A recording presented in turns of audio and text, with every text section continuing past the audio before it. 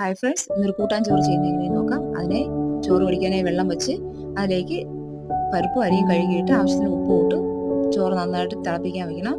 അതിലേക്ക് ആവശ്യത്തിനുള്ള പച്ചക്കറികൾ ഒരു പാൻ അടുപ്പിൽ വെച്ച് അതിലേക്ക് എണ്ണ ഒഴിച്ച് സവാള, തക്കാളി, പച്ചമുളക് ഇട്ട് വഴറ്റി അതിലേക്ക് കട്ട് ചെയ്ത് വെച്ചിരിക്കുന്ന വെജിറ്റബിൾസ് ഇട്ട് അര സ്പൂൺ മഞ്ഞൾപ്പൊടി, ഒരു സ്പൂൺ മുളക് പൊടി, മല്ലിപ്പൊടി, സാമ്പാർ പൊടി, കായം, പിന്നെ ആവശ്യത്തിന് ഉപ്പും ഇട്ട് ഒരു നാരങ്ങ വലുപ്പത്തിന് പുളി വെച്ചിട്ടുണ്ട്. പുളിയും പിഴിഞ്ഞൊഴിച്ച് നന്നായിട്ട് തിളപ്പിച്ച് ഈ വേവിക്കാൻ വെച്ചിരിക്കുന്ന ചോറിലേക്ക് ഒഴിച്ച് പിന്നെ മുരിങ്ങക്കീരയും കൂടി ഇടണം. ഇതിൽ മുരിങ്ങക്കീര ഇടണേന്ന് പറഞ്ഞാൽ നല്ല ടേസ്റ്റാണ് ഈ ചോറ്, കൂട്ടാൻ ചോറ് കഴിക്കാൻ.